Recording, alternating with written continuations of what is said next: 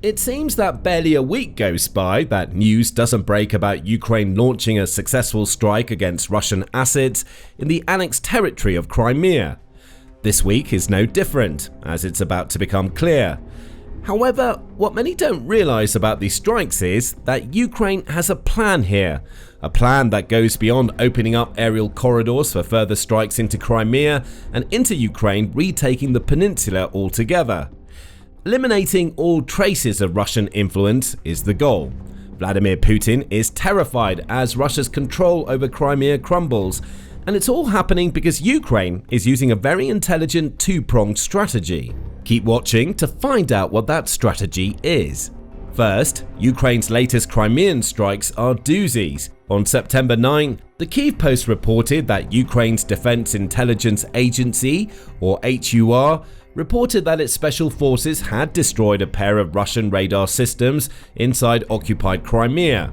These two radar systems, the Podlet and the Nebo-M, were taken out just before HUR celebrated Ukraine's Military Intelligence Day on September 7, meaning Ukraine just forced Russia into providing the fireworks it needed to ensure the day went off with a bang. Both of the destroyed radar systems are among the most valuable air defense assets that Russia has in Crimea, due to both being used to detect the types of low-flying drones and aircraft that Ukraine uses for many of its attacks on the peninsula. The Nebo-M strike was especially impressive, with HUR reporting that it managed to take out the radar system while it was on the move to a new location.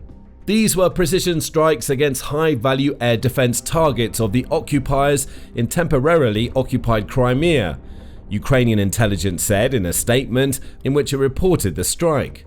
And this is far from the first time that Russia has lost valuable assets in Crimea during the last few weeks. On September 1st, the Kyiv Independent reported that Ukrainian intelligence managed to destroy a pair of Mi-8 helicopters based at the Vardyske military air base in Crimea. Each of those choppers cost Russia between $20 and $30 million, and it's this destruction of assets that cost money rather than the loss of asset capability that plays right into Ukraine's strategy. But more on that in a moment. On the same day, and within the same series of strikes, Ukraine also destroyed a BUK 2190 tugboat, which United 24 media reports belongs to Russia's underwater sabotage forces and means unit. This elite unit is filled with combat divers who use specialized gear, meaning the loss of their support vessel is expected to degrade their operational capabilities. What's clear here is a pattern emerging. Ukraine conducts strikes against multiple targets in a single day, then pauses for a while. A few days later, there are more strikes, then another pause, and so on, which is why it's starting to feel like every week brings with it fresh news of Russian assets being destroyed in Crimea. Ukraine is achieving something very practical here. It's something that isn't part of the two-pronged strategy that will be discussed later, but it's still important. Each of these strikes is taking out Crimean radar systems that are linked to air defense units, such as Russia's S-300s and S-400s. The idea here is simple. Rather than always trying to take out these air defense units directly with drones, a tactic that carries a high risk of those drones being shot out of the sky, Ukraine often focuses on blinding them instead. By striking the radar stations those units need to detect and fire on targets, Crimea's air defences can be left degraded until the stations are restored. In the immediate sense, HUR's latest strike, along with those it's been conducting in Crimea over the past few weeks, is opening the door for more attacks in Crimea in the future. This fact is exemplified, Euromaidan Press says in a September 8 report, by the re-emergence of the Bayraktar drone in Ukraine's arsenal. The Bayraktar drone was one of the early stalwarts of Ukraine's evolving drone warfare strategy, though the use of the Bayraktar drones has slowed down because of vulnerability to Russian air defense systems and electronic warfare. The war zone explained that this forced a retreat from strike roles, with Ukraine also focusing heavily on manufacturing other drones domestically. The Bayraktar essentially went on a long hiatus, the war zone said on September 4, though it has recently re-emerged. Ukraine is once again using that drone to target assets in Crimea. For instance, Ukraine used Bayraktar drones to destroy a high-speed Russian boat that was part of the Black Sea Fleet in early September. The boat was carrying members of an airborne unit that was en route to the contested Tendriska spit. According to Ukraine's Navy, 7 members of that unit died, with another 4 being injured thanks to Ukraine's Bayraktar drones. Here, Ukraine has reignited one of its most iconic weapons campaigns, unleashing a wave of Bayraktar drone strikes after systematically dismantling Russia's air defenses, Euromaidan Press said on September 8. With the skies cleared and the battlefield exposed, the return of these drones has already cost Russia hundreds of troops and naval vessels. So, in the immediate and very practical sense, Ukraine's repeated strikes in Crimea serve an important purpose. Ukraine takes out Russian assets, often those related to air defense in Crimea. That opens the door for drone assaults against more tangible targets, such as the Bayraktar attack that killed several Russian soldiers that was just mentioned. Then the cycle repeats. More air defenses go down, more targets get destroyed. On the surface, that cycle appears to be the beginning and end of Ukraine's strategy. It keeps on hurting Russia and, in the process, creates chaos in Crimea and the Black Sea. However, Ukraine's strategy goes deeper, much deeper. And soon, the video will reveal how strikes like the ones just described are all part of a long-term Ukrainian plan to de-Russify Crimea so that Ukraine can retake the peninsula once and for all. This plan undoes all of the complexity surrounding the peninsula and will eventually lead to Ukraine retaking Crimea as long as it can hold the course and keep doing what it's doing. But first, some context. The man who's uncovered Ukraine's strategy is Paul Warburg, a geopolitical analyst who regularly publishes his commentaries and theories about what Ukraine is trying to achieve in Crimea on YouTube. Warburg says that to understand Ukraine's two-pronged approach to the Crimean peninsula, one must first consider what that territory means to both Russia and Ukraine. There's a reason that this is a disputed piece of territory in the first place, and that's because both Ukrainians and Russians want it. In particular, Crimea holds as much symbolic importance to Russia as it does strategic, to the point where retaining the peninsula is burned into the collective Russian mindset. This was evident back in 2014, when Russia annexed the peninsula. According to Sky News, the success of this annexation led to Krymnash, which translates to Crimea is ours, becoming a patriotic rallying cry in the country. Putin himself has called Crimea a sacred place, the same outlet notes, again highlighting how important the peninsula is to him and the Russian people on a symbolic level. More evidence of this importance comes from what Russia did in Crimea after the annexation. Putin has always argued that Crimea should have always been Russian territory, and he set about making the peninsula as Russian as he could possibly make it after 2014. Those actions are one of the things that make retaking Crimea so complex, as Warburg points out. The main complexity here comes down to the fact that when Russia took Crimea from Ukraine back in 2014, they very intentionally moved a very large group of ethnic Russians onto the Crimean peninsula to make it a humanitarian crisis in the international perspective if Ukraine ever took this piece of territory back. In other words, Ukraine going in all guns blazing to retake Crimea would result in the deaths of ethnic Russians that Putin could use for propaganda purposes. Warburg isn't wrong about the mass movement of ethnic Russians to Crimea. Back in 2018, Radio Free Europe, Radio Liberty reported that around 247,000 Russians had moved to Crimea in the 4 years since Russia annexed it. This influx was accompanied by the exits of 140,000 people who used to live on the peninsula, most of whom were either Ukrainian or Crimean Tatars. Again, this was all purposeful, both to reinforce Russia's symbolic hold over Crimea and to create the grounds for the crisis Warburg mentions should Ukraine ever try to take it back. So, a direct assault isn't possible for that reason alone. However, another reason why Crimea is such a complex prospect for Ukraine comes from the technical challenge involved in an assault. Even taking the peninsula's Russification out of the equation, the extremely narrow point of potential ingress presents major problems, as Warburg observes. Crimea, of course, for all intents and purposes, might as well be an island. It is technically a peninsula, it is a peninsula, but it is only barely a peninsula with a very small land bridge to the rest of the Ukrainian mainland. It's this land bridge that creates problems, not due to its existence, but because it serves as a choke point. Even assuming that Ukraine could spare the troops to launch a full-blown land assault on Crimea, those soldiers would get stuck at this very narrow point of access. That assault would turn into a grinding war of attrition, leading to Ukraine losing far more soldiers than it's willing to lose to retake the peninsula. As Warburg notes, really there's only the Kerch Strait Bridge in the east, and then the actual peninsula in the west. And these are choke points that make it very easy for Russia to, for example, set up defenses here, set up mines, pre-target artillery, things like that, and just really rain hell on any army that was going to try to cross over there.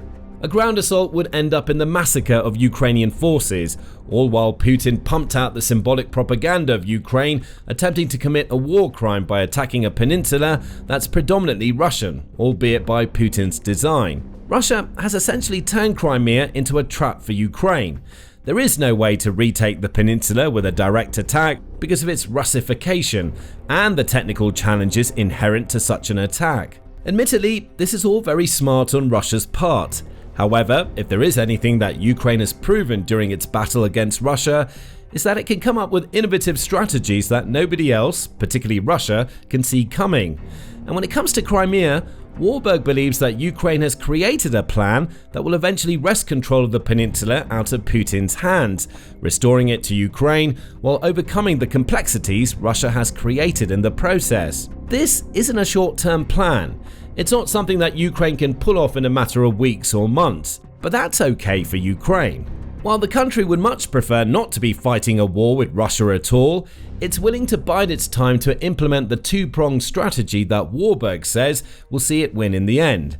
And the first of those prongs is simple: allow Russia to make mistakes by preying on the nation's psychological connection to Crimea. Warburg invites people to look at how Ukraine's approach to Crimea has evolved over the course of the war.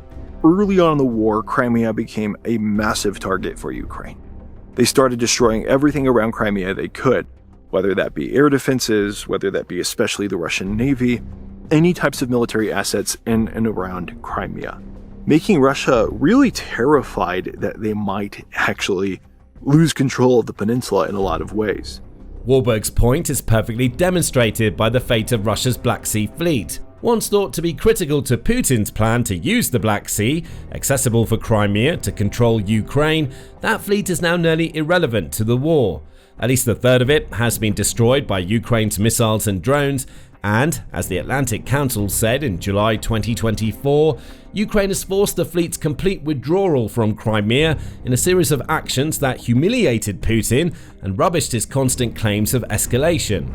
More recent strikes, like those reported on in this video, may seem like they follow the all-out template that Ukraine created earlier in the war, but they don't. And it's the subtle shift in Ukraine's strategy that's causing Russia to make mistakes. Warburg says that Ukraine has shifted to a big burst strategy that sees it takes out a bunch of Russia's military assets in Crimea, only to pause for a while. This is the cycle of strikes mentioned earlier in the video, and the pauses are as much a part of Ukraine's plan as the strikes themselves. These pauses are intentional because they give Russia time to rebuild what Ukraine's destroyed. Once the rebuilding work is complete, another big burst of strikes will follow, then a pause, and so on. This seems counterintuitive, right? Why would Ukraine want to encourage Russia to rebuild during its pauses?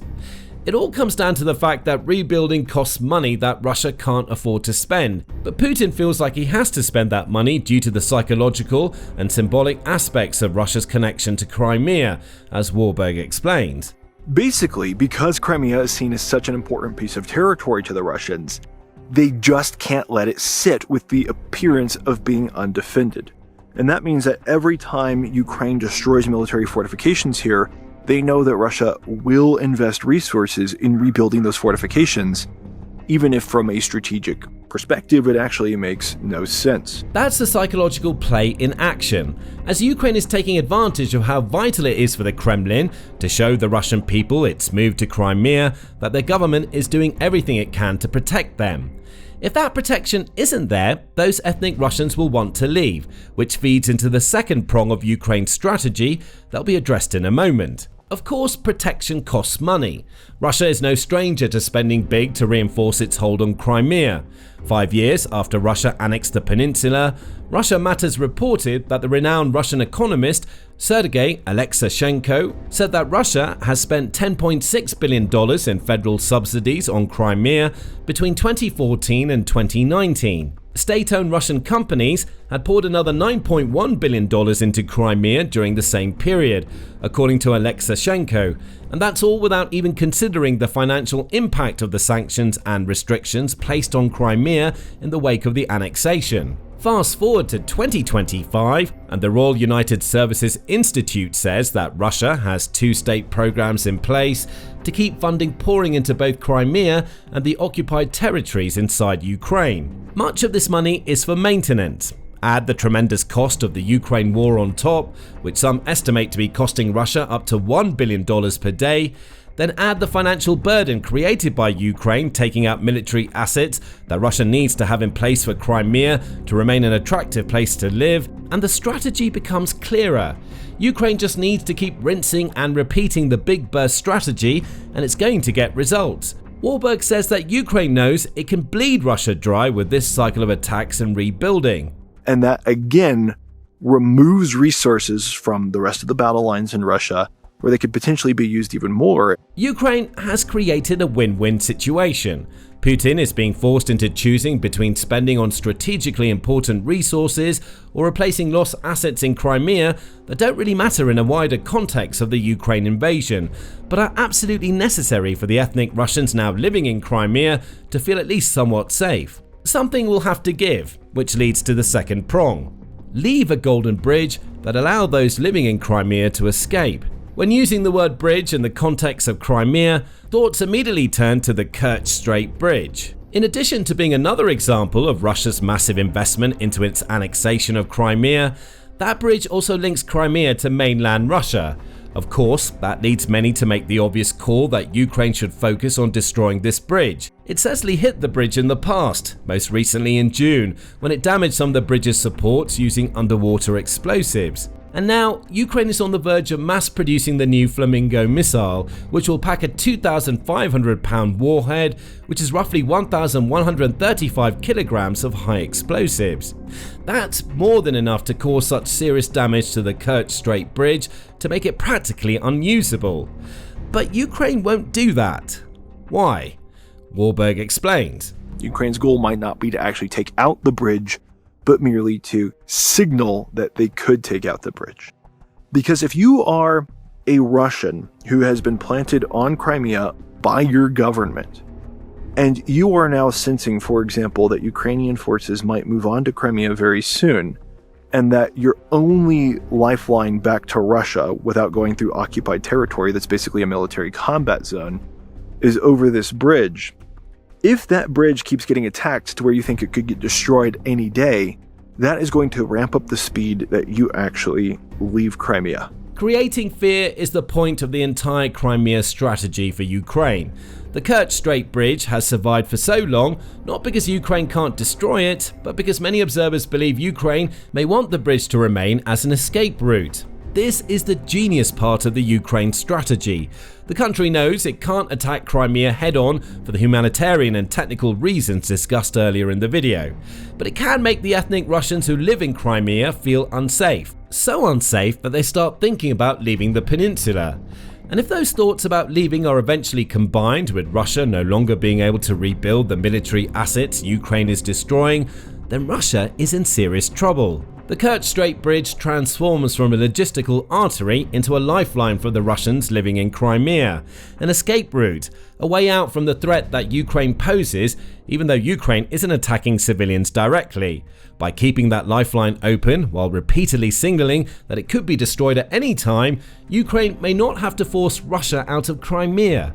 The Russians living there will do that themselves. Then all of Putin's carefully laid plans for keeping control over Crimea crumble, and Ukraine finally achieves a route back onto the peninsula. Now, the obvious downside to this Ukrainian plan is that it will take time. as Russia needs to be bled dry of the financial resources it uses to support Crimea's defences. But Ukraine is working on that. In August, it pulled off a Black Sea raid that obliterated everything in sight, heaping yet more pressure onto Putin. Find out more about that raid in our video, and remember to subscribe to the Military Show for more videos covering Ukraine's attempts to retake Crimea.